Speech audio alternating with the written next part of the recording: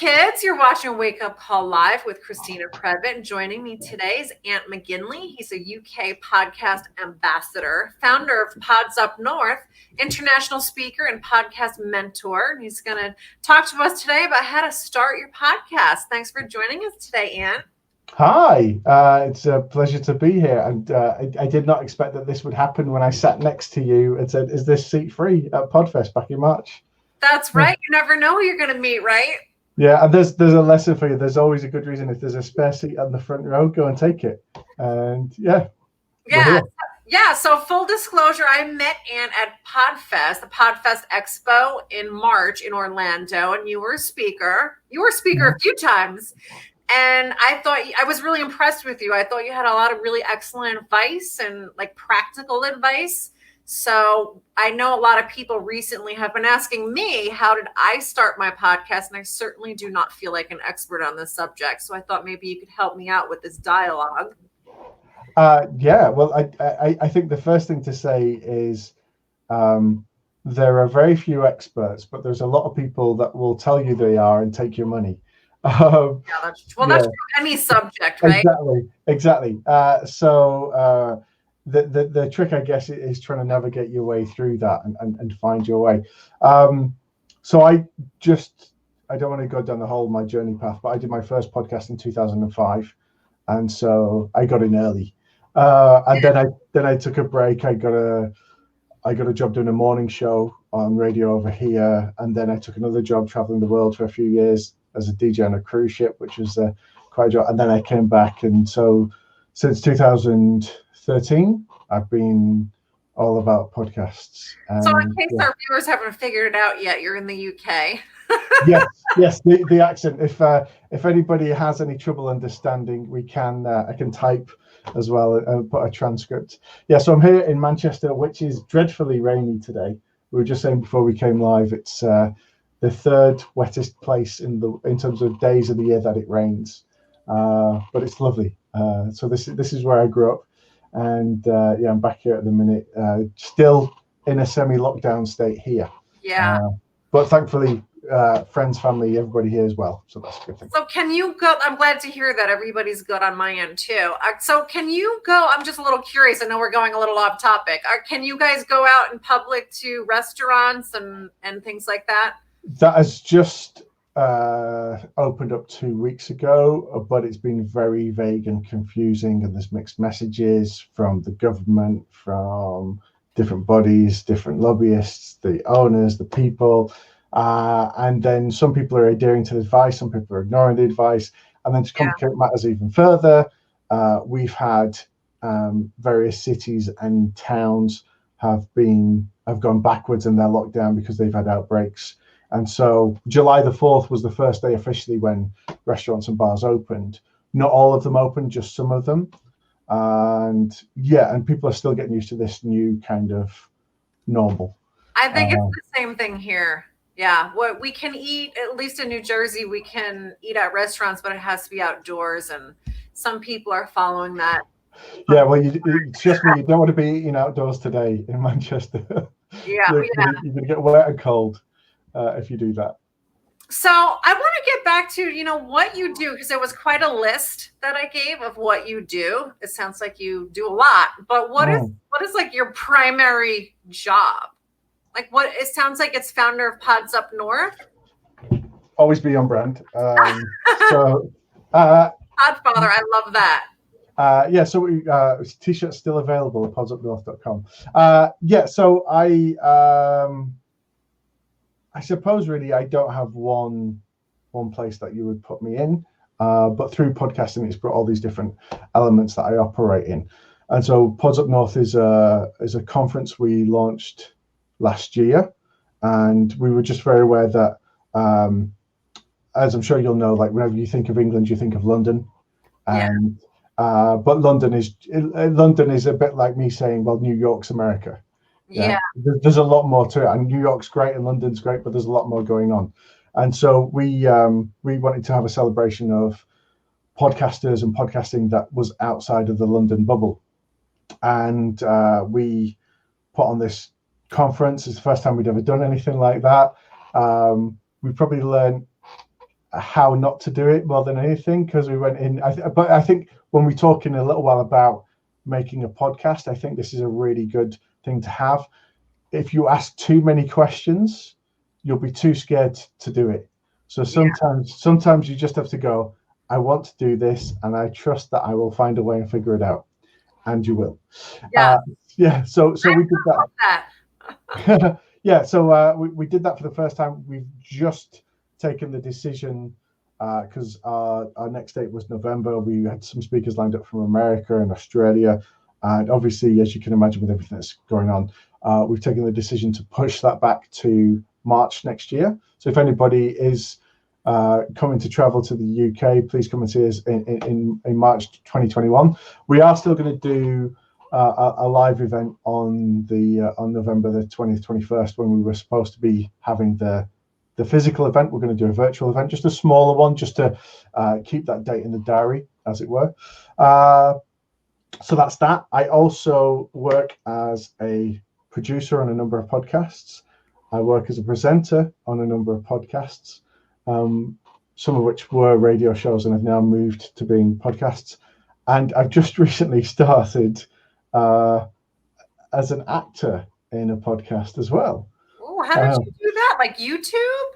It was a whole series of coincidences, but yeah. So it's an exciting new project, and we have some merchandise as well. So I'm just gonna pop this on for a second.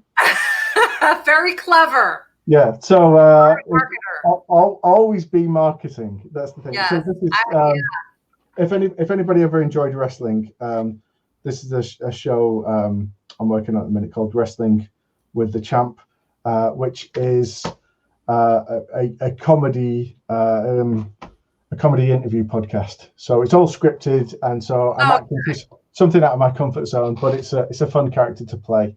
And actually, that took off. That started just as lockdown came down. So that's given me a fun project to work on during this period. That's cool. Sounds like you're very creative. Yeah, well, you know what? I think we all are. I think that's the first thing. I think, you know, that when we say somebody is creative, I think that's just more somebody that's embraced it.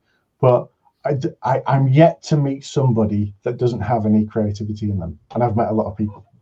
Yeah, so that's good for my audience. If you think you don't have a podcast in you, that's absolutely not true. Everybody's got some kind of creative expression in them. Oh yeah, and I specialize in this. This is my it's one of my favorite things to do. It's quite a cool little party trick as well. So quite often I'll meet people and they say, I'd love to do a podcast, but I don't know what to do it about.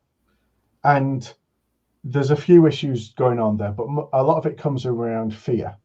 And I'd go, well, I don't know what to talk about, an indecision, and also that maybe people aren't going to like what I want to talk about.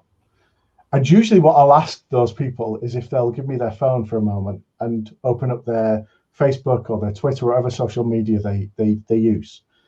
And I need maybe 45 seconds, maybe 2 minutes to then demonstrate and tell them what they should be podcasting about, because actually they're already creating content, they're already putting it out, and they already have an audience, because they'll have a story that they've put on Facebook that has 45 likes and comments.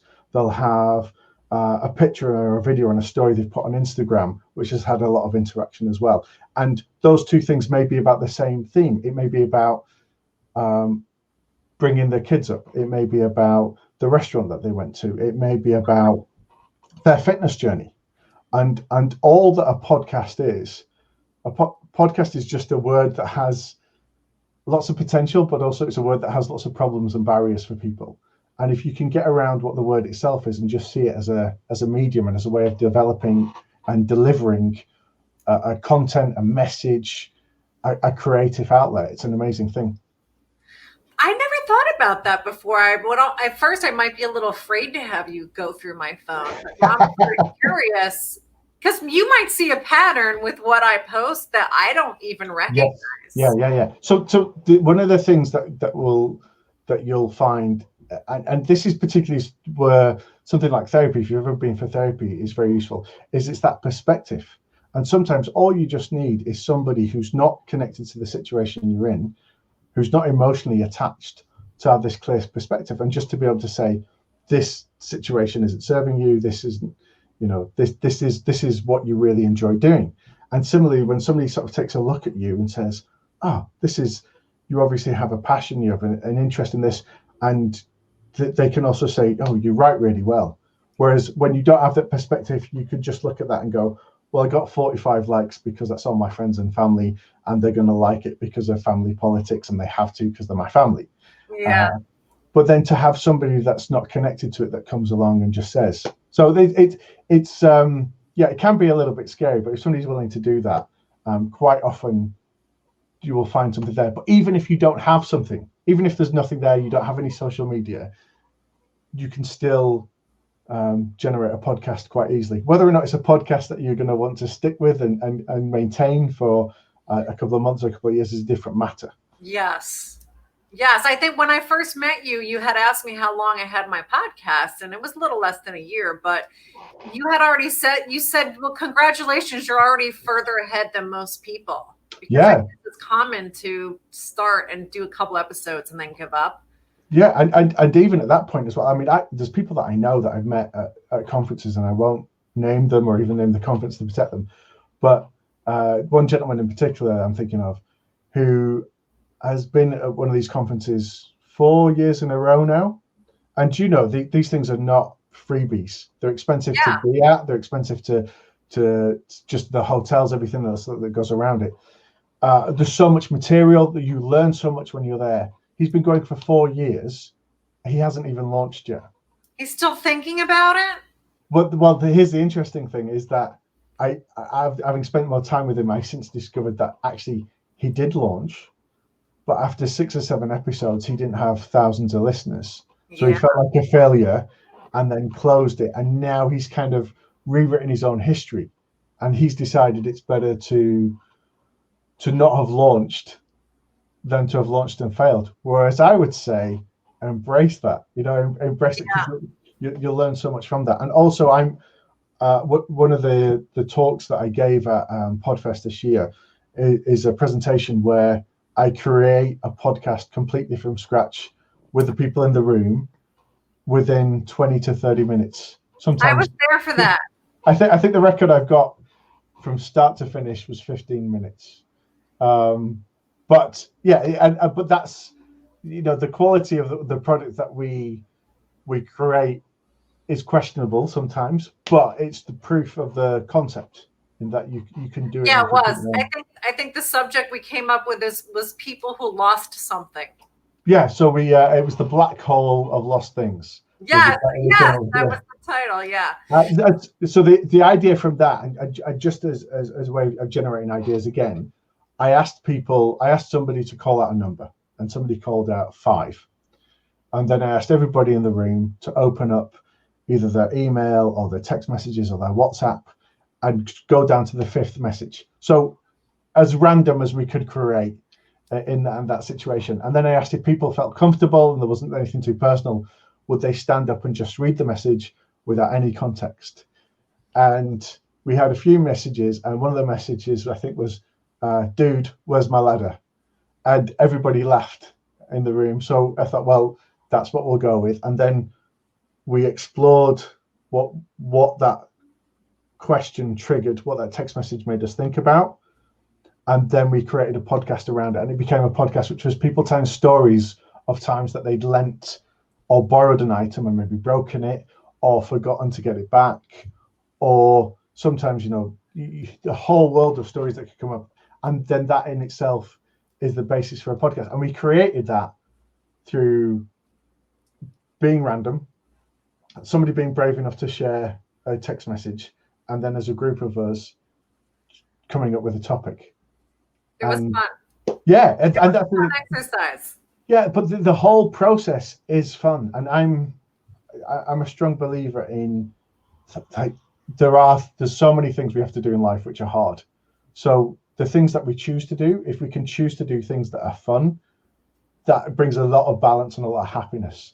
So if you have the option to choose something that's going to bring more happiness, more enjoyment, more fun, that's usually where you'll find me going down that path. So a lot of people that are watching this are probably lawyers or professionals, because I'm a divorce lawyer by trade. And there's a lot of buzz now about having a podcast as part of your marketing. You know, present the fancy legal knowledge that you know, and people hear that and will be impressed by you. And it's kind of like having a headshot. You have to have a headshot, you have to have a website, you have to have a newsletter. And I feel like we're kind of moving into this direction where a lot of people have a podcast now too. But what would you say to people that maybe don't want to just sit and talk about law all the time in their podcast? Oh, okay. Well, two things. First of all, I'd say if you kind of want to have a podcast but don't want to deal with, maybe you haven't got the time, maybe you've got the headspace, the bandwidth to deal with the how-tos and the ins and outs, here's a really handy tip for you. Do what I'm doing right now. Be a guest. Be a guest on people's podcasts on your personal expert subject matter. So that could be your professional matter, which could be in law, or it could be that you're a champion you fish really well, or that you fly single prop planes, or that you might be a drone operator, whatever that is, and that's your hobby, and then turn that into a way for you to be a guest. And the brilliant thing about that is it takes half an hour of your time talking about stuff that you like talking about anyway, and then somebody else does all the hard work, does all the producing and the packaging, and then you have a nice little thing that you can then pop on your website, which adds more color and flavor to what you already do. I love that. I've been saying that for a while now, that people hire who they know, like, and trust, and you don't necessarily have to be talking in fancy legal lingo or whatever you do. You don't have to be talking about, I call it the sausage factory. You don't have to be talking about the sausage factory. Just show who you are. Yeah. And I think as well, it comes down to it is having a podcast, because everybody has a podcast, is the single most worst reason to have one. All right. Yeah. Partly because, and it's interesting given that your specialty, one of the comparisons, the metaphors that I make about podcast is having a podcast is like a marriage, in that you have to commit to it and you have to put the groundwork in it. It doesn't just happen. You've got to spend time, you've got to make it happen. And then you've got to make sure you're putting in the hours. You've got to make sure, otherwise the enjoyment's going to drop off. It's going to become a chore. It's going to become stressed. There's cracks going to appear, and it's going to fall apart. Yeah. And so you have to go, I'm really going to make this commitment to doing that. So I feel like I'm jumping around a little bit, but I've definitely found that when I started my podcast almost a year ago, that if I didn't commit to a schedule, like I'm posting every Friday, and I didn't give myself like a deadline to work against, a lot of times it just wouldn't post. Like maybe a couple of weeks would go by and nothing posted. So I realized that I really needed that discipline to have a schedule. Yeah, it's like the difference between having a workout DVD and having a personal trainer. Yeah. It completely is. If you'll be much easier on yourself unless you give yourself that personal trainer or that rigid schedule and go, I'm going to commit to this and I'm going to put that out. That said, there's as many different arguments about the best way to do things, the best days to launch, the best time to put things out as there are. So it comes down, most importantly, to you and what you can do. So there's no point saying to somebody that has a crazy work schedule that you've got to work out, you've got to have this show out every Friday, because your schedule may mean that if you're an emergency room doctor, you might be on call the whole time. So you never know, and you might do, and if it's a choice between recording a show after you've done a 24-hour shift or getting some sleep so you can do your job better, I say take the sleep and then bring the show out whenever you can. But I think what happens is people create, we would say they create a rod for their own back, and they create a lot of subconscious rules about what they should be doing without, and being subconscious, they don't realize that they've done that. And a lot of those rules is a lot of the ways that we learn generally in life. They see somebody else doing something, so they go, I have to do that. They hear something on the radio, they go, I have to do that. they watch this interview with us now and they go, I have to grow a beard and I have to have pictures on the wall. And the thing is, you can do those things. Well, not everybody can grow a beard. I can't grow a beard,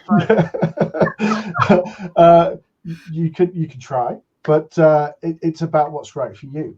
And the thing to recognize is podcasting as a medium is oftentimes compared to radio. So many similarities because it's an audio medium. We use microphones. People listen to it in very much the same way. However, from that point, they split completely.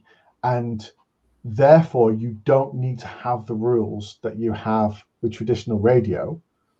But as human beings, we like to have a structure and we like to have something to hang on to. Some of us enjoy the anarchy and freedom and Wild West nature and embrace it and dive into it.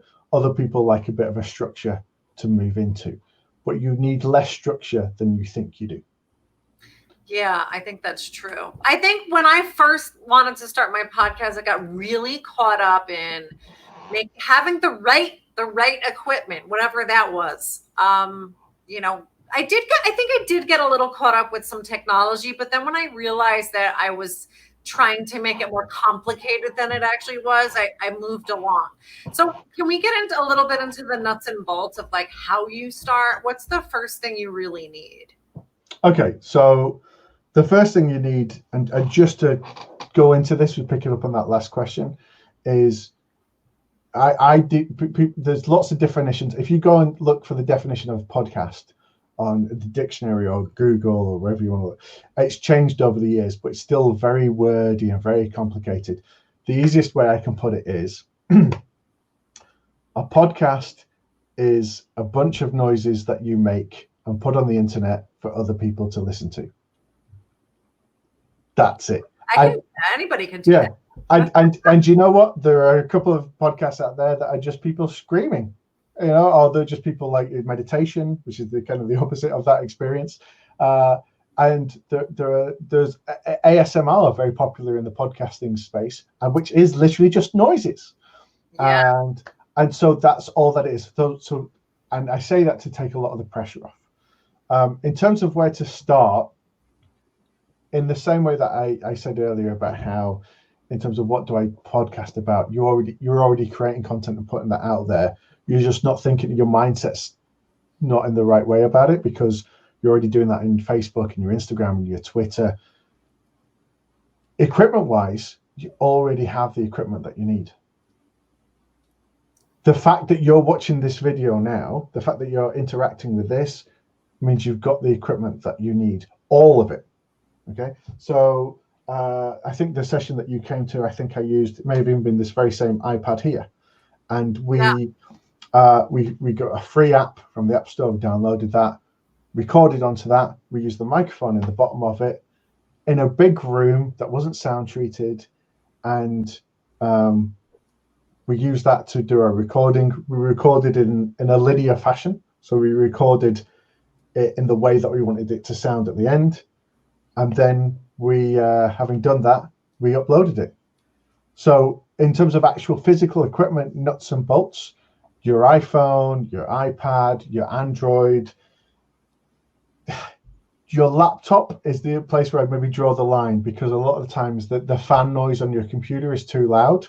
So, and the microphones are designed to be more functional than very advanced. But especially the microphones that you get on your Samsungs or your any of your decent range Androids and the iPhone, the microphone's so good. And even here on the headsets that we use that always get bundled with the phone, that's a really good tool. Also a great tool to have in your arsenal of equipment.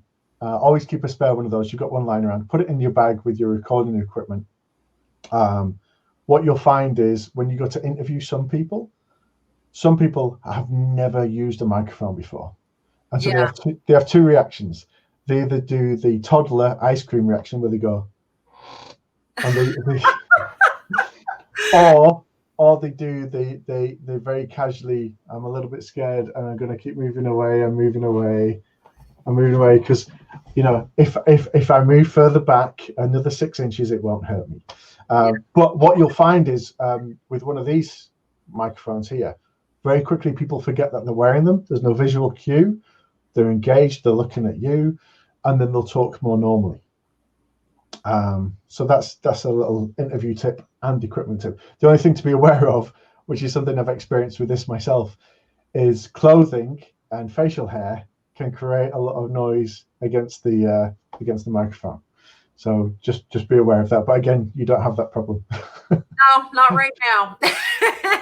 So what is it? So that's something I've struggled with my microphone, is because I know I've always heard you should be 4 fingers away. Your mouth should be 4 fingers away from the microphone. Is that true? Right. It depends on the microphone. It depends on the size of your fingers as well. Okay. No, honestly, because these are so many of these things that we take as rules are things that we've heard and we say. The best way to do it is just spend a little bit of time, and I'll give you my hack here, and I don't mind sharing this with everyone today. But the best way to maximize your equipment is to basically spend about 10 or 15 minutes speaking literally. So what you would do, hit record, and then you say, okay, I'm about 6 inches away from a microphone. I'm sat down. I'm got the window on my left. I've got the mirror on my right. And I'm facing this way. And the room's in some nice temperature. Okay, and then you go, now I'm stood up, and now I'm 12 inches back, and now I'm 3 feet back. And then you do that, and then take the microphone, if you're able to, take it into different rooms of the house, face different ways. And actually say, now I'm facing the mirror. Now I'm standing up. Now I'm under the table. Now I've got the duvet under my head. And spend a few seconds describing exactly what you're doing, move around. Then listen back to the audio. And you'll go, that sounds awful. That sounds awful. Oh, I like how I sound there. Oh, okay. And the great thing about it is you'll know exactly where you were and what you were doing when you sounded great. And then that can help you decide where your room is going to be. Now, not everybody's got the advantage of many rooms and space. So generally the rules are anything that an architect would love is the worst place to record because it's got hard, shiny surfaces. So you want something with soft furnishings. You want, so bedrooms are usually quite good. Lounges. I'll generally avoid bathrooms and kitchens unless you want to get that specific sound from that. That's more of an echo, right? Yeah. And the reason for that, without getting too deep into it, is you see those soundproof, when people soundproof an area, they have those little like little pyramids, like Toblerone bars that are made out of foam. Yeah, I've seen those. And what that is, that's not going to stop the sound going through so your neighbors don't hear. It's more expensive to get those kinds of things done. But what that will do is it stops the sound reflecting back. And so it breaks up the sound wave and sends it back. There are other ways around it. I've just got this, actually. I'm still experimenting with it to see if it's any good. So this is, this looks silly if I'm using it for an interview because this sits on top of the microphone. So it just looks like the world's biggest microphone. But the idea there is it stops the other noises from the outside coming into the microphone. So it's just getting the noise coming straight from my mouth into that. But as I say, it's... Does that really have to be so big? Well, while we're talking about size, let's talk about how long your podcast should be. Yes, that's a big one. Yeah, and it's now. Let me just clarify this: that all these questions, and these are some questions that you've asked me, some questions that I get asked all the time, and some questions that you may be thinking yourself. There are no bad questions. There are no bad questions, and I don't think anybody knows the answers to them all. I'm talking here with my experience of them, and my belief is the more people that are out creating podcasts, the better for the world. I think it's the better for podcasting. I think it's better for people's stories being heard, for representation, and also it just raises the quality, it raises the bar of what everyone's doing. Now, when it comes to how long should my podcast be, There are, you can probably Google it now and you will find, I can guarantee you will find things that say the length of an average commute. Makes sense. People tend to listen to podcasts when they're commuting. Okay. People also listen to podcasts when they're hoovering or walking the dog or doing the dishes or at the gym, but the commutes are good. It's a big listening section. And actually, when you look at the listening figures, the knock-on effect of lockdown had a big impact on people's listening figures because people weren't listening at the times they regularly listened because they weren't doing those journeys, and they weren't listening in the way they listened. Suddenly they went from having that time on their own to listen to being stuck in a home with other people. So some people, I imagine that they've realized they don't like, which may be very good for your business now post lockdown. So, but even if that was true, how long is the average commute? Because we were just talking about where you're based, and my cousin's in Hoboken. That's an hour's drive. For me to get into the centre of Manchester from where I am is 20 to 30 minutes. When I was in London, it's 45 minutes on the tube plus another 10 minutes. I could commute to London, but that's a 2-hour train journey plus door to door either side. And so suddenly you see that has gone from being a good idea to, when you scientifically go, it becomes so broad that it becomes a happy medium that doesn't satisfy anyone. So the exception to that, I would say, is if you have a very specific audience, which podcasts are great at. If you have a very specific audience, then you can tailor your podcast to that. For example, if you are targeting high-flying CEOs who are super busy with their time, you may even be one yourself, and you think, you know what, I have a window of about 6 minutes every day in which I could listen to a podcast, right? And I listened to one podcast already. I listened to this 3-minute podcast already. So that window's already cut to 3 minutes. So maybe then you should make the podcast to fit that window, to target that person specifically. Conversely, if you are doing a podcast about truckers or for truckers, they're going to be on the road, isolated. So you can do, if you want to do a 3-hour podcast every single day, they have the time to listen to it. They have the space to consume it and to listen to it. But that CEO is only going to be able to dip in briefly to that same amount. The other factor to consider is you, because you're the one that drives this, right? And now to commit to doing a 3-minute podcast every day is a lot. It's a big commitment. 3 minutes doesn't sound like a lot. It is. Once you get into it, it still can be quite a big commitment. There's a couple I know in Berlin who do an English language podcast. She's American, he's German, and it's called the Berlin Briefing. And what they do is they take the local German news that never gets translated, because it's just the big news channels, the big stories that gets translated, and they take the little stories from the regional papers, they translate them themselves, so it helps her with her German. And then before they go to bed, they'll kind of write a script. In the morning, while Albert goes and has a shower, she'll record the audio. Then while she's in the shower, he uploads it. And they have this podcast that comes out Monday to Friday, been doing it a couple of years, and they have that system, and they've managed to fit that in and build it around their day-to-day life, so it doesn't eat in too much, but they still have to have that discipline. It's just become part of their morning routine. But if you were to go, I'm going to make a daily 40-minute podcast, suddenly you're gonna have to drop something from your life, and that might be the gym, it might be feeding your dog, or it might be walking your dog, or it might be you might have to leave your job to do that. And so you have to consider these things as well before you go into it. Is that what fits in with you? Also, now there's nothing to say that you can't change it. So you can start, and you can do, this first episode is going to be 40 minutes. And then if you want to do the next episode and do it 7 minutes or 3 hours, remember, you're not just the presenter, you're the host, you're the producer, you're the CEO of effectively the media outlet that is your podcast.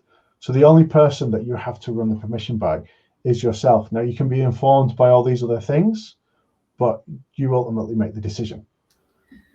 Yeah, I think a lot of people try to focus too much on, well, what's going to get me the most downloads? Yeah.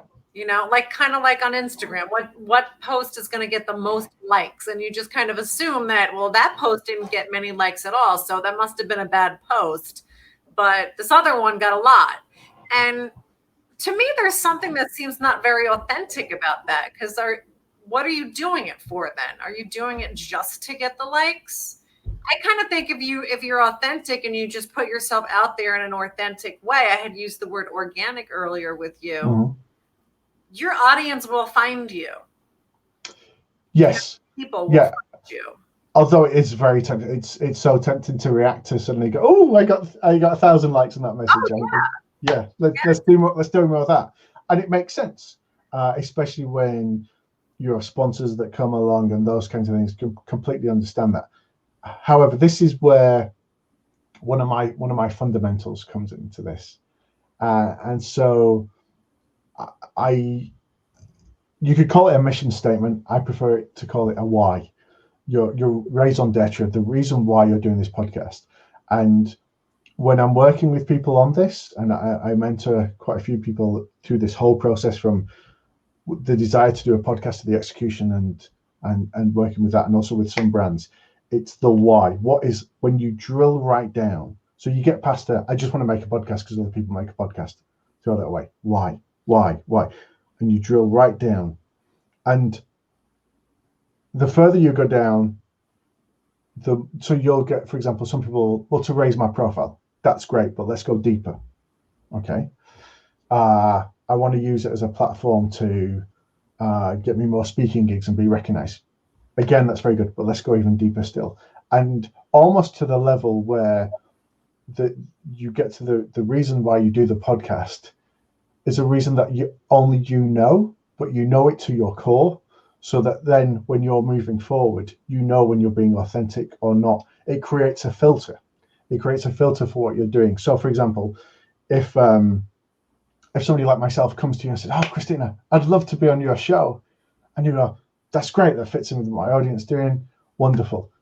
I cancel at the last minute, and people are expecting me to be here, and you panic and you go, "Well, I'm still going to do the show. I'll just find somebody else." And if you're not clear on why you're doing what you're doing, you may interview the postal worker that's just come to deliver the Amazon parcel, right? And you just go, "Can you just come in for a second?" Yeah. Now, that might turn into an amazing conversation and it might break out of your bubble, but is that really fitting in with what your channel is about, what your purpose is in terms of what you're doing? So I think that's really key. That's really good. So to get down and find that, and it can be, it's what positions you and what drives you and why you're doing what you're doing. That's great advice, because when I had said earlier that I wanted to post every Friday, that's great if you're getting, because I have an interview format podcast, if I'm finding the right people that are a good fit for the podcast. So I'm not just saying, oh gosh, well, I got to fill in that Friday slot. Hey, you come over. Yeah. You know, and because you lose, because you've created this pressure for yourself. Yeah. And what's become most important is that Friday schedule, rather than actually, no, the reason why I'm doing this is this reason. And you will have a clash, because some days you're going to call it off and go, there's not going to be a show this week because I'm going to stay true to my core values, if you will. Yeah, that actually happened to me. Gary V. Do you know who he is? Yeah, I know Gary. Well, I don't know Gary, but I know of him. Yeah. Yeah. I had gotten on he does this like tea with Gary V, and I had somehow finagled an appearance on that totally by accident. And he recommended that I go live, which is actually the reason I started doing these. But he had said I should do it every single day. And I tried to do it every single day, but I did find that what I was doing just to fill the space was I was having people come on where it just wasn't really my vibe. I was just trying to get anybody and everybody on the show, and it didn't feel like it was authentic to me. So now I just do it, I figure out like good topics and, people like you that I want to have on, and then I plan them. So there might be some weeks I have 5. There might be some weeks I have 0. Now, I'm not going to I'm not going to say that Gary was right or wrong. Perhaps Gary actually put you in that position so you would find this out. You know, maybe you were super clever and super, so you would, once you hit that, you would either sink or swim. But you learn from that experience, and it's very valid. And when I first came to New York, I think it was about 3 or 4 years ago, was my first trip to New York, and the first thing I saw was a taxi go past with an advert for Gary's podcast on the roof, and I was like, and we've been a little far behind in the UK in terms of podcasting becoming part of the daily dialogue and part of what people consume. And I was like, that's what I want it to be. And we've reached that stage now where you have podcasts advertised on taxis and billboards and Piccadilly Circus, our equivalent of Times Square. But yes, I think the thing is that works for Gary, and this is kind of comes back to what I said at the beginning. It's different for everyone. Everyone's fingers are different sizes, you know. So, for instance, for the microphone, for Gary's voice is going to sound great. For yours, it may not. So it's about what can you take from that, what can you learn from that, and making it fit you. Someone is complimenting you on your accent. Oh, thank you very much. My friend Carrie. Hi, Carrie. She says you're at an unfair advantage because of your accent. Well, I'm sure your accent is amazing as well, and once you start your podcast, I will listen to that all day. So we'll have a nice balance. You hear that, Carrie? Carrie's one of those people that's gonna start a podcast. So now you have to start your podcast, Carrie. So the thing is, Carrie, is entirely your decision to do this. But what I will tell you is you can do it, and there are some logistical things that you have to get your head around, but you can learn that in an hour. There's enough guides and YouTube videos out there. Most podcast hosts will walk you through the whole process. And you don't even have to spend, if money's tight or you just want to experiment, you don't have to spend $1 on it. You can use something like Anchor, which is free. You've got the likes of Buzzsprout, which have a free package where the audio only exists for 90 days and you're limited how much you can do it on. But you can just get it out, you can try it, decide if you like it, and you can always keep that audio you've recorded somewhere on your hard drive and then use it again when you go big and go international. Do you think that people should just hire someone to get them started? Because I will tell you what tripped me up in the beginning. It took me forever to understand what an RSS feed was. I knew I needed one to start, and I could not for the life of me figure out how to do it. So it's like a lot of things in life. Like some people don't need a driving instructor. You know, they watch somebody else do it and they can figure out and they can drive. Some people need to have 4 years of lessons and spend thousands of dollars to do it. And for somebody like me that does this for people as well, of course, there's part of me that's going to say, oh yes, definitely hire someone with a British accent because they're the best. But again, it kind of comes back to there are things that you need to do and need to know. And there are other things that are kind of important, but it's not really huge. Now, an RSS feed is something that we all have multiple ones of already, right? Because this is every time you switch on your computer or your phone, it says, oh, this app's got an update for it, or the latest version of Windows is ready, or we've got a security patch that we're going to send to you. That uses RSS. And literally, it's a little ping that goes back and forth and says, have you got anything new? Yes or no. And what happened was when they created this technology very early on, they suddenly realized, the guys creating it, that they could use this to send sequential audio. And those are the actual words that they used, which shows you that there were coders that were doing this. And when you look at the original descriptions of what podcasts were, this is what it came from. And they suddenly realized that you could actually send, and this is what happens now. If you listen to a podcast, what happens is you listen to an episode. So you listen to this episode, and then the next time there's a new wake-up call, ping, new episode. Just lets you know, it's a little poke, and it's great. And so an RSS feed is simply a line of code that does that. And that line of code is what you would submit to various channels like Spotify or Apple Podcasts or Google Podcasts. And then that makes it available for everyone. It's sort of like your podcast address. Yeah, it's more kind of like I'm trying to think what the American equivalent would be. Somewhere between like your zip code and your social security number for you. Yeah. So it identifies your podcast, and it just means people can find it wherever they. So when the way that you get one is you sign up for one of the platforms you met. I use Anchor because it's free and I don't need anything fancy. The metrics that I get on Anchor are good enough for me. But so if you sign up for Anchor or Libsyn or Buzzsprout or and there's a bunch of them now. Yeah, I've got friends that work for all of them. Still ask me to choose one. But you're not going to say which one is the best. No, so two things on that I would say is what's really handy is these people, they'll go out all the time. They'll be at events and conferences. If you can, obviously we're in a difficult time where we can't do that. They'll also do lots of YouTube videos and those kind of things. They have great support. I highly recommend. Most of them will offer you like a trial to begin with. I highly recommend you spend a bit of time looking into those different what they provide and what they offer.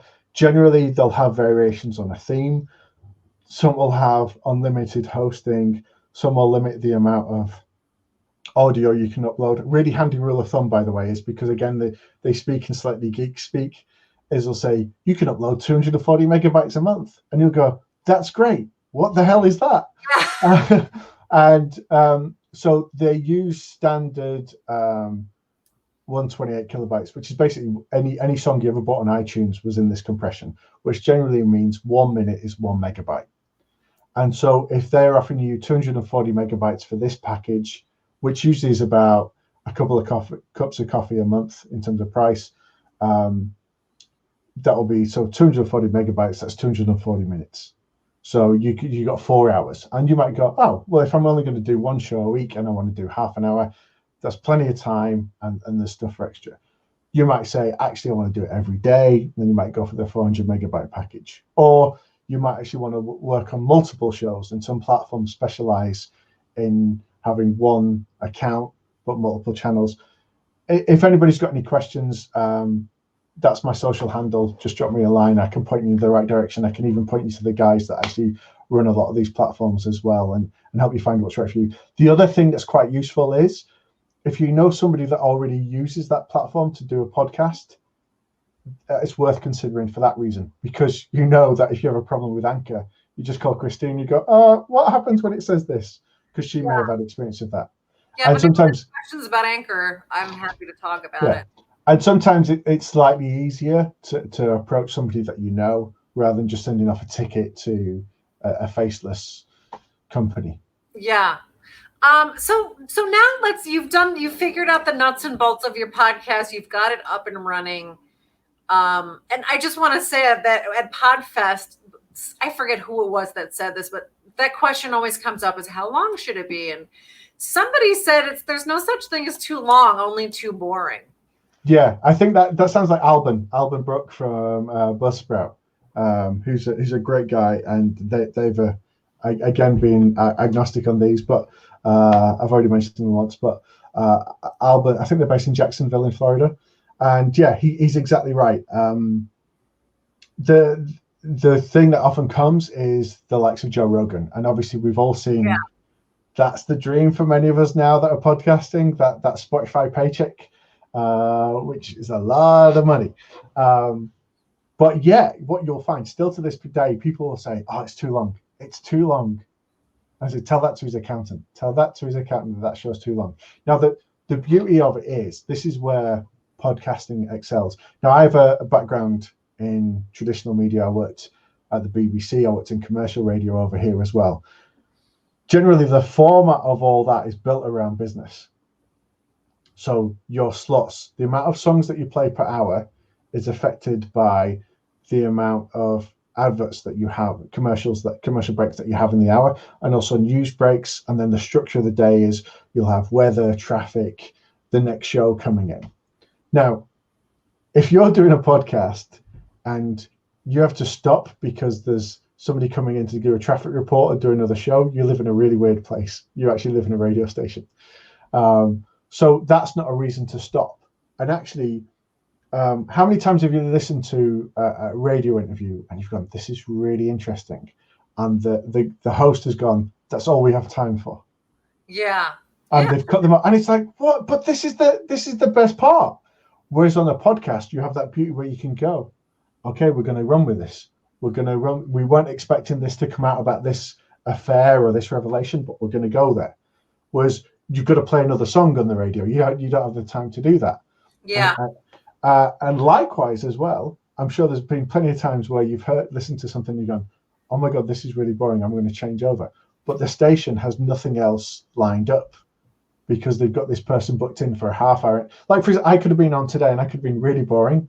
Maybe I am, and you're just being nice. No. But you've kept me on because you promised your audience that we're going to be here for 45 minutes, an hour.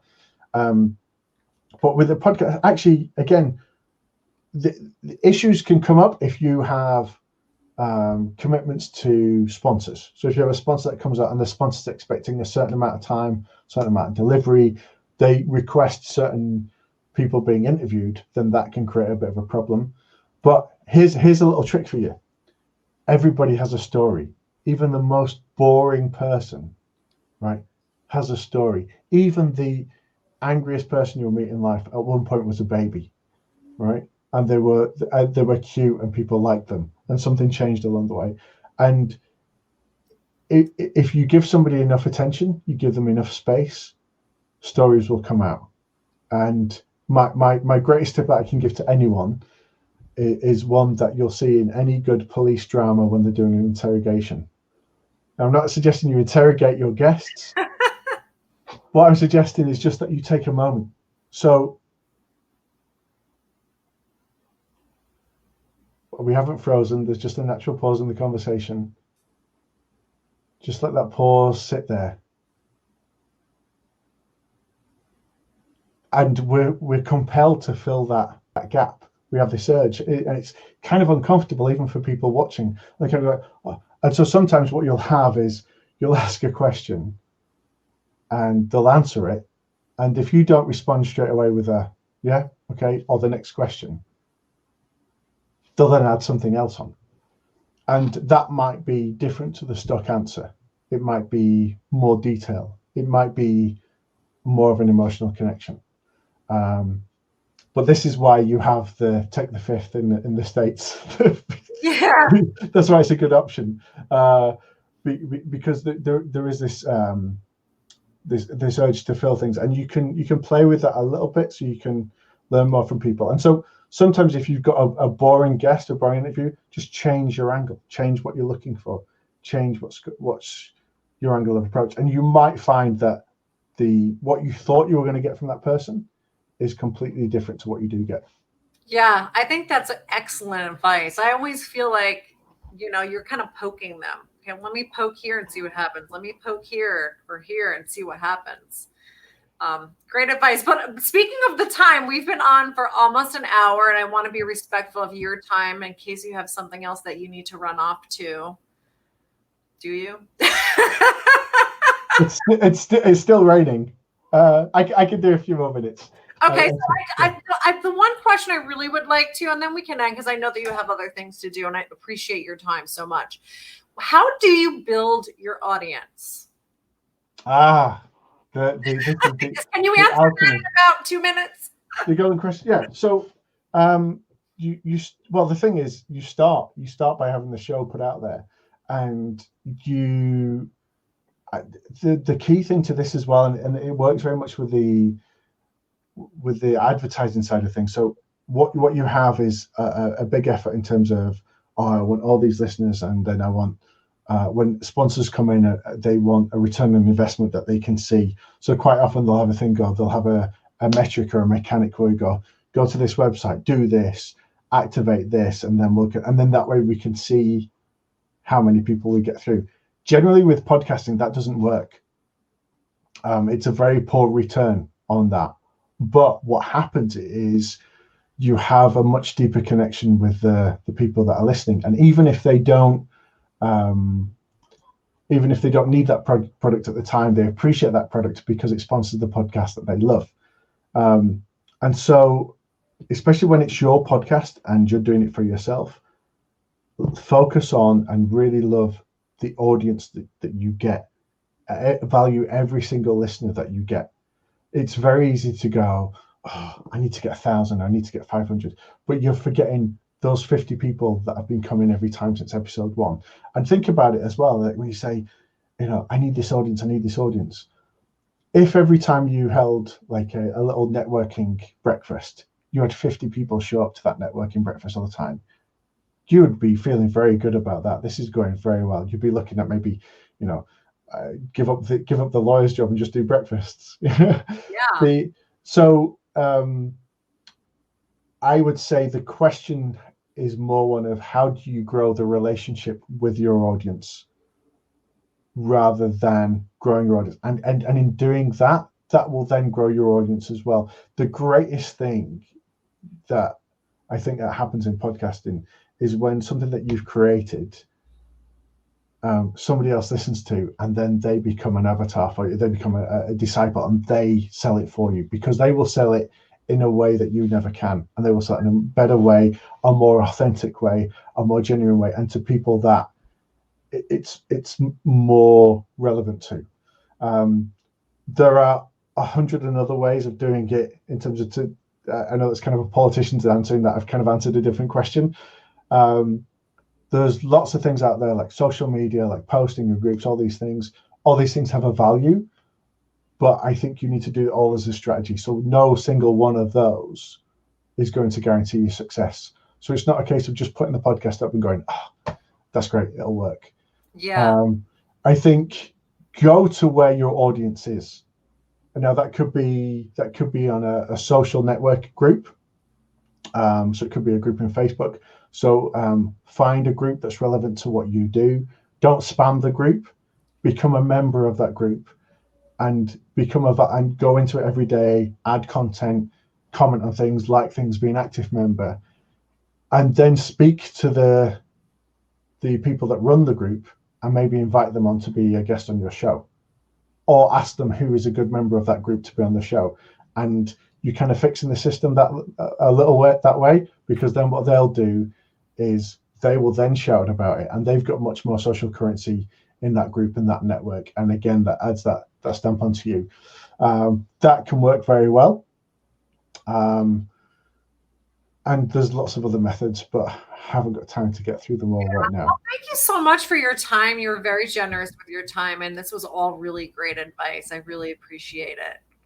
Oh, you're very welcome. The only thing I would say is just get out there. The fear will stop you. The questions will stop you. You will learn so much just by grabbing the bull by the horns, as it were. Yeah. And getting started. Like and any questions, come and find me here on all the socials. I will. Carrie says thank you, and I will definitely post. I'll reshare your handle on Instagram. So if somebody wanted to use you for a podcast mentor, they could just reach out to you on Instagram. Sure, Instagram, Twitter, Facebook. I'll give you my mum's number as well. She could cook. Yeah. Oh, I'm the cook. I'm really good. So it's all vegan as well, so very clean living. Cool. Well, thank you so much, Ann. I really appreciate it. I would love to see you again, maybe actually in England next time. Yeah. Or Podfest, or wherever you're going to be. Wherever the wind takes us. Yeah. We'll be seeing each other again. All right. Thank you very much, Christina. And as I say, just go out there and do it and embrace the fear. All right. And thanks for watching, guys.